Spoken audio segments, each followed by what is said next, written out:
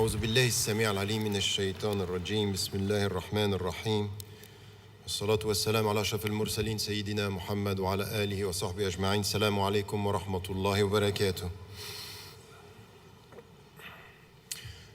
I just want to start by sending a message to our brother Imam Siraj Wahhaj. He was supposed to be with us and he cannot make it because his wife was not well yesterday. So our dua for her and for him, inshallah. May Allah protect her and give her health, security, and say Ameen with your heart because he's a great man. And the great man, as always, as you know, not behind, but with him, a woman, a wife, a family. So may Allah protect them all, inshallah. I got lots of messages while I have been here for the last few days, and even on Twitter or on the Facebook official, someone saying this convention is where we listen to talk, but we have no time to interact and to have time with the speakers. And that's true. I understand the frustration, even for us. I think it's good because we feel that you are here. So sorry for that, but you have means, and I repeated this, and I want you to understand that the convention, as it was said, is a time when we come together, we get some strength, but now we have to carry on after that. So it could be as, we have time outside through the alternative media. It could be internet, the website, and then inshallah, just after this session, I will be at the booth, and this is something which I value a lot, where we can meet with the sisters and the brothers and have time to talk. And I know that you have questions, so please do that. I'm also asking you, because I saw also so many brothers and sisters who are trying to write and to have articles, so please, once again, depending on the fields on which you are working, if you are writing papers, essays on Islam and contemporary issues, let us know that, because we want to expose your work, and not only having speakers, but having also students and researchers being published. So, inshallah, after the session. I got lots of, the title, we are here reviving the Islamic spirit. Reviving the Islamic spirit, and we might have to define the Islamic spirit. Islamic spirit is about spiritualities, but it's also about respecting ourselves, as it was said right now, but also to be clear on to at least to try to get a vision about what are our priorities here, but also in the Muslim majority countries. And many are coming to me and saying, we don't hear anything, and we are hearing about problems in Turkey, problems in Egypt, problems in Bangladesh, problems in Syria, problems in Palestine, and silence. So tomorrow morning, inshallah, at 11 o'clock, we are going to talk about this, and we have to talk about it. This is a moral duty. No. You stop it now, okay? I'm going to be the teacher. You just think about what we are saying. We need to talk about this, at least to have a vision, and at least that silence is not the right answer to what is happening. And to say, I'm not involved in politics, this is also politics. Silence in this time is politics. And no, not only this, when we have some voices that are saying strange things in the Muslim majority countries, hearing scholars saying and supporting dictators, that's fine. At least don't tell us that you don't do politics if you support dictators. This is politics. But in fact, also being able to support some regimes when they are killing innocent people and civilians, I think that as Muslims we have to be ready for diversity of opinions if and only if you are not going to be against our principles. No, never. We will accept torture and killing civilians and saying, I have no opinion. I have opinion. Killing civilians, it's no way, not acceptable, and we have to say it. And anyone who is going to tell me, in the name of Islam, I'm supporting this, I say, we might not have the same understanding of Islam, but I'm not going to let you say that in the name of my religion, because I understood from the Prophet ﷺ, help your brother and your sister when they are right and when they are wrong. And when it's wrong, it's to prevent you from doing wrong or saying wrong, because Islam cannot be supporting dictators. That's not possible. So I think that I'm not going to talk about that now, but tomorrow I think we'll have time, and the organizers allocate us and give us time to deal with some of these issues, inshallah. As to today and talking about respect, and once again, you know, in 30 minutes when we have such a heavy topic, it's very difficult to talk about it. And as I'm always saying, I'm referring to some of the books, and unfortunately many of you students, you have time and you have access to books and you don't read. For example, you know, the whole thing that has to do with, for example, how do we live in this contemporary world as Muslims in Muslim majority countries or in the West. When I wrote the book Western Muslims, and I was talking about the vision, the priorities, I got, after 10 years, people coming with the same questions. It's as if we are not moving, so we have to move now. We have to come with the vision, understanding what are the principles of our message and what are the priorities and in which way we deal with people in this society. We have to move, and to move means that we have to study history, we have to read books, we have to understand the context, we have to understand how we want to deal with our societies, youth societies in the United States of America or in Canada here, for the future. So please take time, and take time to understand your religion and understand where you live in this society. Yesterday, I spoke about two words, and I was saying, look, our understanding of Islam should be based on wisdom, al-hikmah, and courage, al-shaja'ah, al-jur'ah, which is what is needed today. We need people who are wise as to their understanding and courageous as to the struggle. Because there are struggles that are coming, and we need to be equipped. Now, remember, 2 years ago, when I came here, I was saying, and I was repeating every day when I was talking, take a distance. Take a distance means what? Don't be emotional. Come back to yourself. Try to find in your heart, in your mind, a way to deal with the Islamic principles, an inner peace. Take a distance.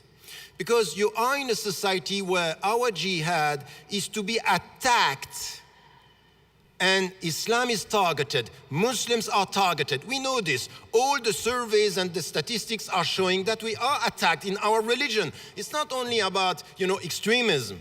All this business about radicalization is just for some a way to touch Islam and to target Islam.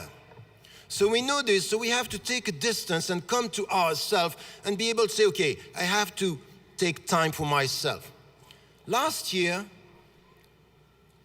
I was repeating, take care of yourself, which is, in this society, if you want to face the challenges, you need to take care of yourself, take time, silence, get the deep understanding of Islam. And this year, with this take a distance, take care of yourself, now it's wisdom as to our behavior, courage as to the context. So the whole thing is a vision of what should be a Muslim personality and mindset in our society now. Having said that, we come to the understanding of Islam, and we need to understand few things that are important here. In fact, I was talking yesterday about the jihad of meaning, which is the way we respond to what is happening. But we need to understand the very meaning of jihad. Everywhere around us, many people are talking about jihad as if it's a call towards war, while in fact, Islam and jihad is a call towards peace. In fact, Islam is for us a message of peace. But peace has conditions. And we need to get that right, that we are going to struggle. So anyone now, in the name of peace and love, who is going to remove jihad from your vocabulary and terminology is not getting it right. And anyone who is reducing jihad to jihad in nafs is not getting it right. Jihad is resistance and reform. Personal resistance, personal reform. But resistance in this society and reforming this society. It's inward, outward. And not only inward, and we fly, we dream, and we don't change the society. I'm not here for that. I'm not in the West by accident. I should be a gift, I should be a presence that is understanding. First, be at peace with yourself. Try to get it. Try to change yourself, to understand the very meaning of Ar-Rahma min Ar-Rahman. And then, وَمَا أَرْسَلْنَاكَ إِلَّا رَحْمَةً لِلْعَالَمِينَ. So you get that peace and you spread. Ifshu salam. Ifshu salam, this is our main goal. But we know that at the same time, when the Prophet ﷺ arrived in Medina saying, Ifshu salam, he knew that the time was going to start where people are going to attack more and more. We are not going to respond to attacks by attacking. We go beyond that. What we want is salam, but we know that the people are going to attack us. So we have to be equipped. So how are we going to do that? And this is where we should understand in this struggle the very meaning of two words. Ar-Rahma wal-Ihtiram. Ihtiram al-Nafs, respecting ourselves, as it was said. So now, if you come to our understanding as Muslim, our message is about what? As I said, Ar-Rahman allama al-Qur'an. The most merciful, the compassionate, sent us al-Qur'an. Al-Qur'an for us is a gift, it's coming from Rahmatullah. Allah subhanahu wa ta'ala is protecting us with the book. And then the way he's sending messages is out of his rahmah to us. Allama al-Qur'an, khalaqa al-insan. And then the way we are going to express ourselves is also coming from Ar-Rahman. Allamahu al-Bayan. We know that. Now, what we also know is that our understanding of Ar-Rahmah is the way Allah is ruling the world. And I liked very much what was reminded by Sheikh al-Maghrawi during the retreat when he was saying, in fact, when you come to Surah Taha, Ar-Rahmanu ala al-Arsh istawa. The power, al-Arsh here, the throne, is based on Ar-Rahman, meaning he's ruling the world not out of justice with us, but out of Rahmah. He's a Rahman. He's going to go beyond a calculation of what we do right or wrong, because if he was to calculate this, we will all end up not in paradise. So it's out of Rahmah. All this, it's part of our message. Huwa Ar-Rahman, Huwa Ar-Rahim, Huwa Rabbul Alameen. And then this understanding for us is to get it right. And then he's telling us, وَمَا أَرْسَلْنَاكَ إِلَّا رَحْمَةً لِلْعَالَمِينَ. Meaning, your message out of my rahmah for you should be a rahmah for the people around you. A blessing, a gift. So we are understanding our presence with this. But as I was saying, we need to come with the very deep understanding of the conditions. How are we going to be like this? How are you going to follow in the footsteps of the Prophet ﷺ? And this is why everything that we find in Islam, and this is why us, living in the West, we have a problem. We don't know how to communicate. We don't know how to communicate. Allamahul bayan means come to your principles, come to your heart. And you know that the knowledge of Allah is between you and your heart. We need to find the right words, the right way to translate the meaning of Islam to people, because this is a universal message. And if the people don't get it, it's not because they are all kuffar, it might be because we don't know how to express the message. So when we speak about, for example, all the struggle, a woman came to me, she's not a Muslim, and she told me, I heard this message about, this struggling against your ego and trying to get this peace and serving the people. Wow, I didn't know that it was so deep in Islam. Why didn't she know? But because this is our problem. The problem is that we have to reconcile ourselves with the universality of this message. And not only by talking about values, but talking about this deep dimension of inner peace, inner stability. This what we want as Muslims this is what we have to express in a way which is, we are here to get that peace, and we understand something. How are we going to get that peace? It's something that it is in the Quran. At'im al-miskin, which is you have to be showing this kind of compassion towards the poor people. We are here to serve. In Islam, al-rahmah, it's the way we serve ourselves. The first dimension, al-rahmah, ruhama baynahum, means that the way we have to be with ourselves is to come to our heart and try to educate ourselves.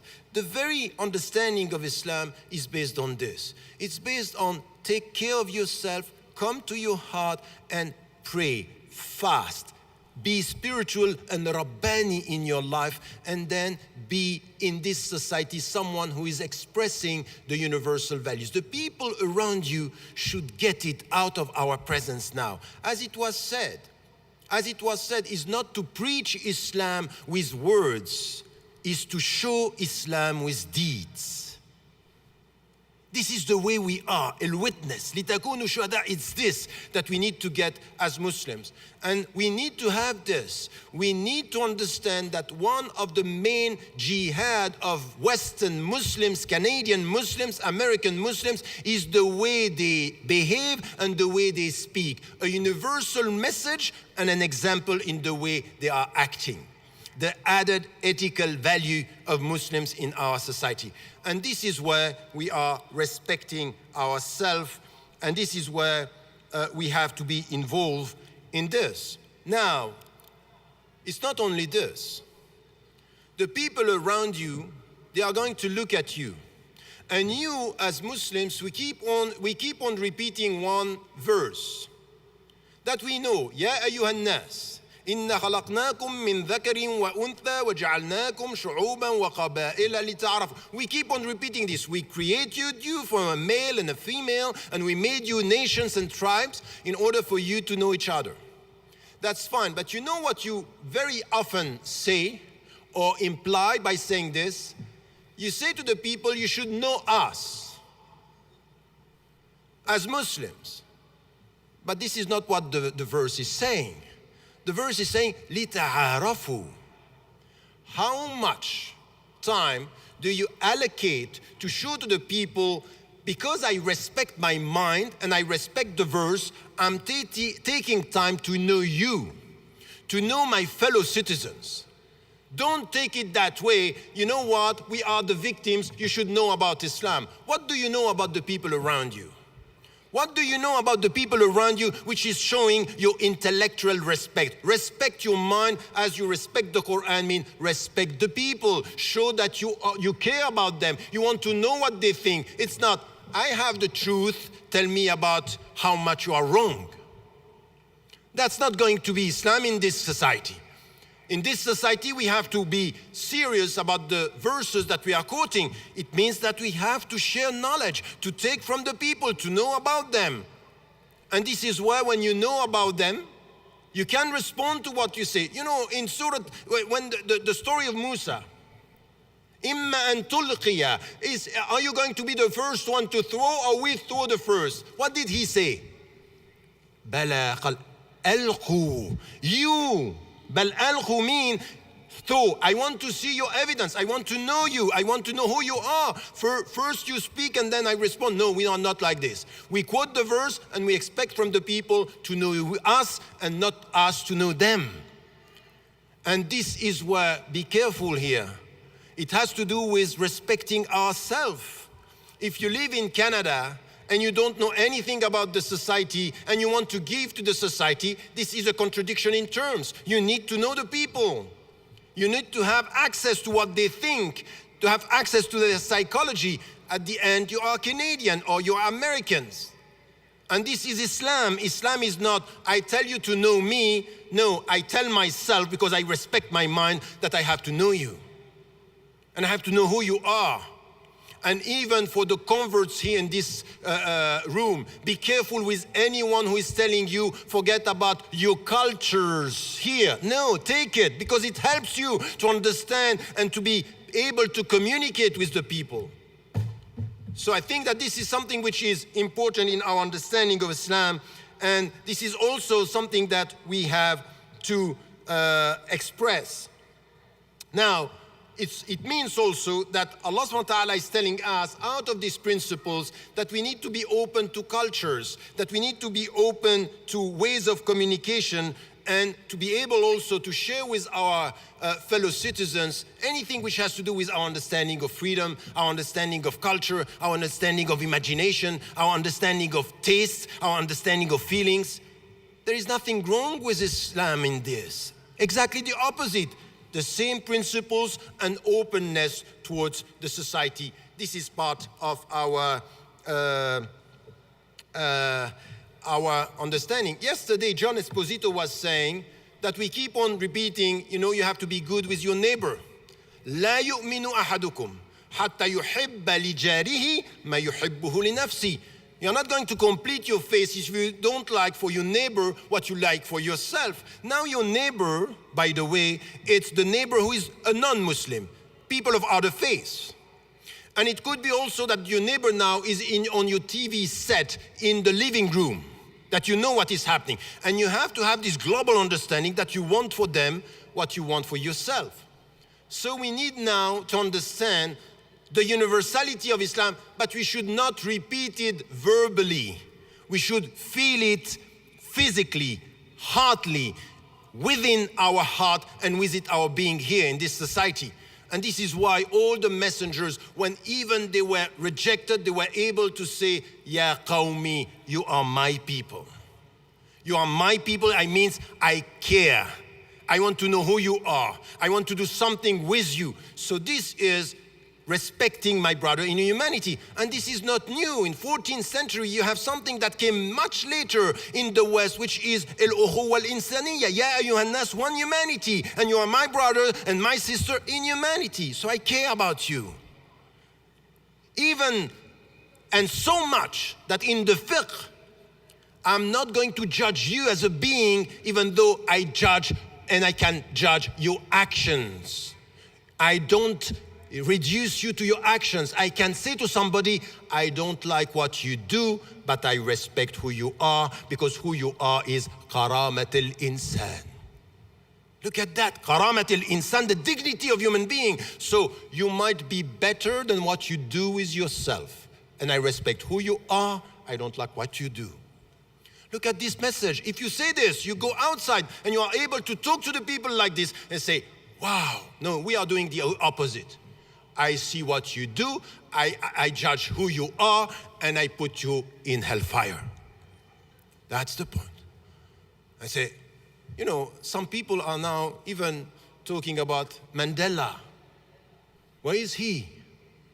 I don't know. What he's going to be? I don't know.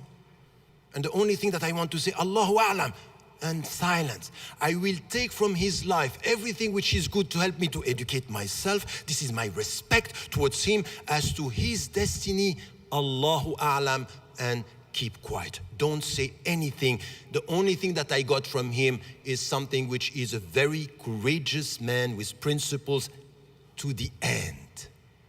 He's not the one who sold his mind and his being. So this is something as Muslims that we can get. Now, let me tell you something which is important.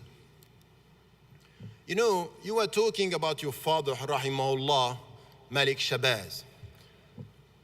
And Malik Shabazz, at the beginning, for years, he was thinking about or translating because he was misled and he acknowledged this. The universal message of Islam into the community of the black superior people.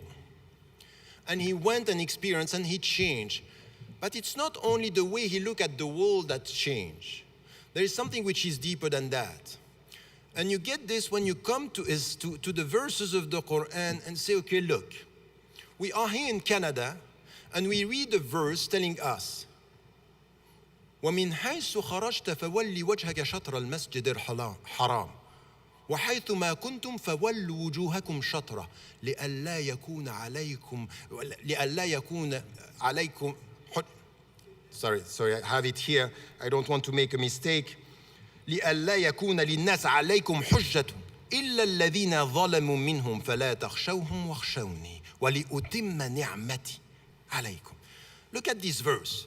The verse is a very important one. It says, from wherever you are, face al-Qibla, mean the Masjid al-Haram. حيث ما كنتم فولوا وجوهكم شطرة. Wherever you are, do the same. So you follow the Prophet ﷺ. The Qibla is I'm facing al-Qibla, mean I'm turning my face and I'm turning my heart. لئلا يكون لئلا يكون حجة عليكم. I don't get that point, sorry.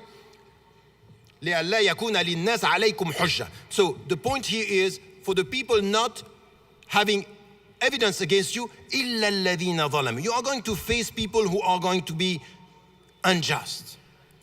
And then, وَلِأُتِمَّ نِعْمَتِي. Allah subhanahu wa ta'ala, I am going to complete my my gift. I'm going to complete my favor. You have another verse.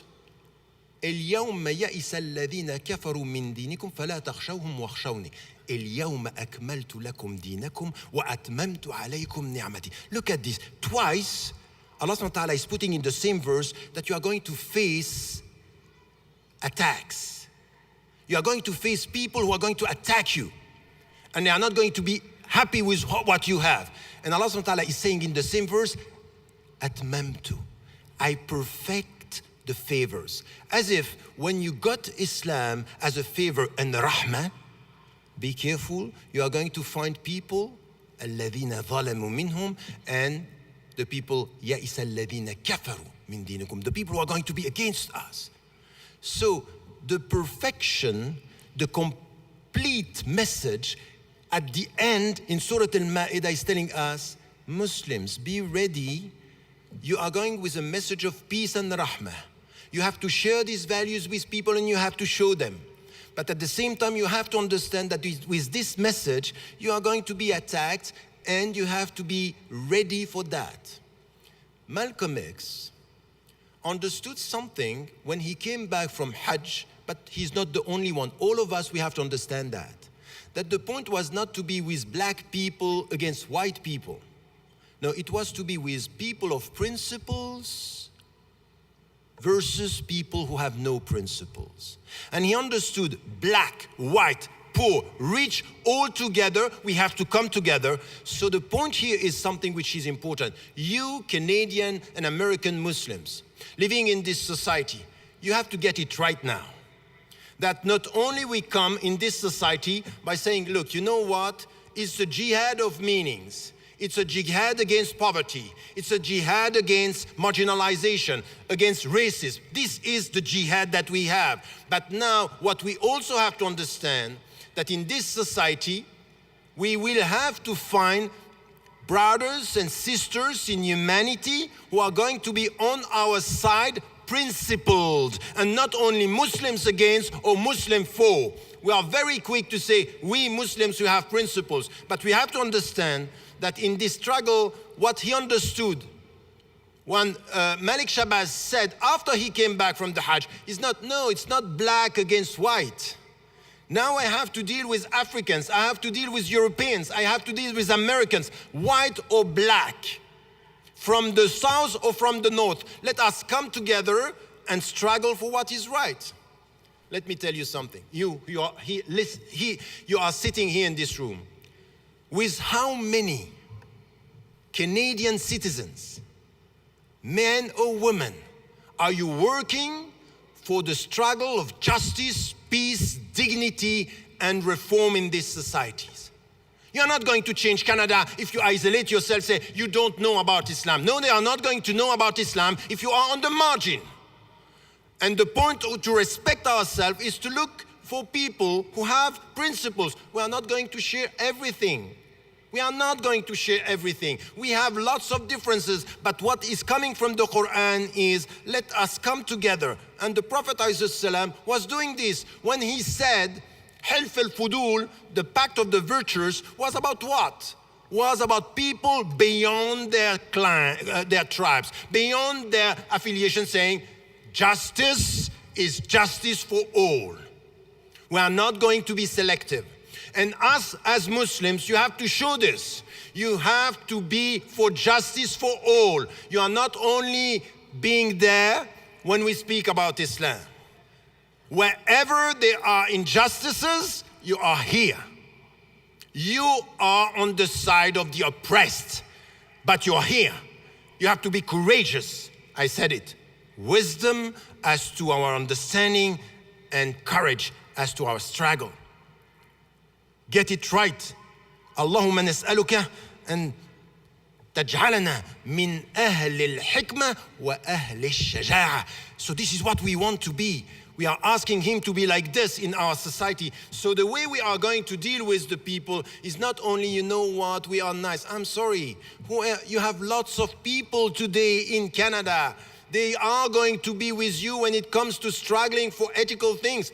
This morning I was sitting here listening to Sayyid Nasr when he was talking about the environment. He was saying something which was so deep in the understanding. Say, you know what, science, modern science now, they are talking about the quantitative and not the qualitative. They are talking about godless science versus science in the name of ethics.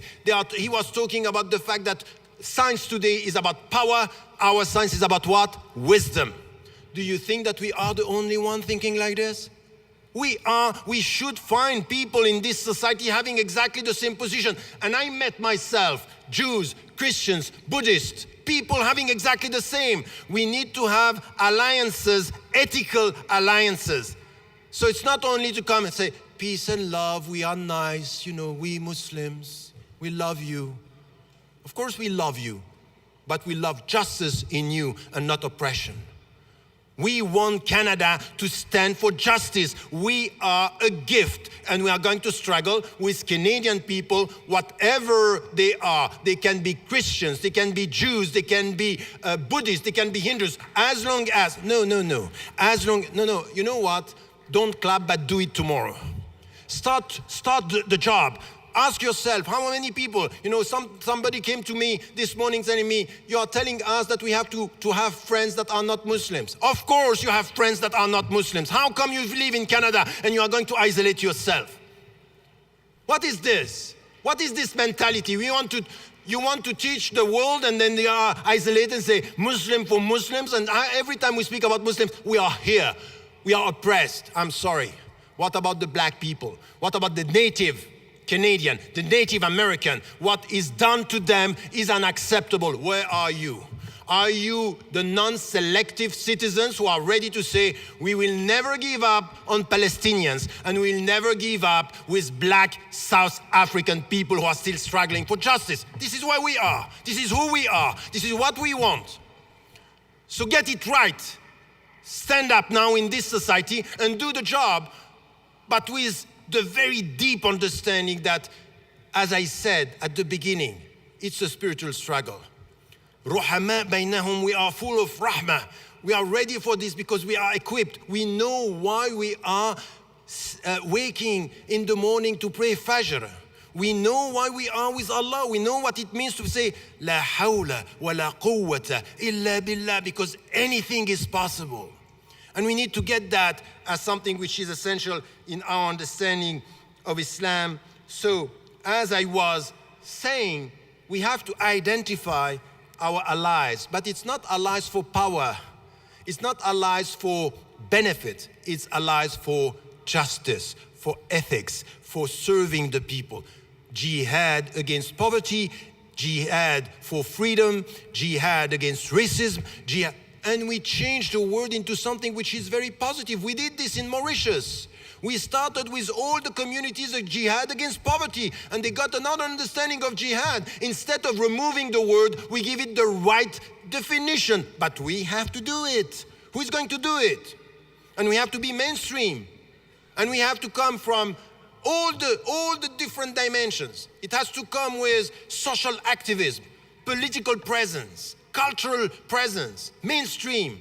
I'm very happy to see now that Yusuf Islam is coming back mainstream and being able to say something which is completely Islamic, but not repeating every 3 sentences Islam to make the people, the Muslims, be at peace. No, you know what? We can have a very powerful Islamic message without always having Islamic in the title or in the text or in the lyrics. Let us talk about something which is universal. This message, Allamahul Bayan, learn. At least be Canadian, know how to talk to your people, but be the people who are serving. And let me end with something. Because, yes, I know, okay. Let me tell you something. You know, the Prophet ﷺ told us shoulder against shoulder in the mosque. Why? Because the shaitan shaghal, he can enter and be between us. So we need within the community to identify a shaitan among us. And sometimes you look at people who are not Muslims, people of other faith, and you can see signs of Allah's presence with them. So sometimes we have to be very cautious with a shaitan among us and Allah with them. That Allah is showing His rahmah sometimes with people. You know why I'm saying this? Because I'm very sad. And someone came to me and said, you know, Tariq, we feel that you're upset. I am. I'm upset because I don't like the silence of brothers and sisters facing injustices and seeing what is happening in the world and say, okay, you know what? We are good Canadians and we don't want to speak out. I'm upset with some brothers and sisters coming here and telling us to keep quiet on issues, saying we don't do politics. In fact, by their silence, they are doing politics. I'm upset because what I see is that too many Muslims today are scared, while I see people who are not Muslims who are much more courageous than us. I have seen people who have they are not saying La ilaha illallah, but when they see what is happening in Egypt or in Syria or in Yemen or in Palestine, they speak out. I saw, when I was banned from this country, someone who is an atheist coming from a Jewish background, Noam Chomsky, who was one of the first to sign the petition against the government to let me in. But I saw some Muslim organizations disappearing. Great courage. Great courage. So may have to learn, please. We have to be humble, to work with humility. Find some brothers and sisters in humanity who are courageous, and be careful not to confuse all the Muslims with courage, because we have some Muslims who are not courageous at all. They are ready to sell their religion in the name of position, power, and money. So I'm not going to blame them, but I'm not going to rely on them. Atawakkalu ala Allah. Atawakkalu ala Allah means I need to find the people who are going to work with me. And if now Muslims are ready in Canada to be silent about injustices around the world, I can tell you it's very worrying. If you, with all the freedom you have, you are not able to come with a vision of what we have to do in Canada, in the States, to support our brothers and sisters in humanity around the world, Muslims or people of other faiths. If you are not able to be the people who are calling for justice and to be the voice of the voiceless, I'm very worried about us. It means that we are losing faith. It means that we are not confident. If you are confident, you are wise and courageous. Allahumma ja'alna min ahli al-hikmah wa al-shaja'ah. Allahumma amin wa salamu alaykum wa rahmatullahi wa barakatuh.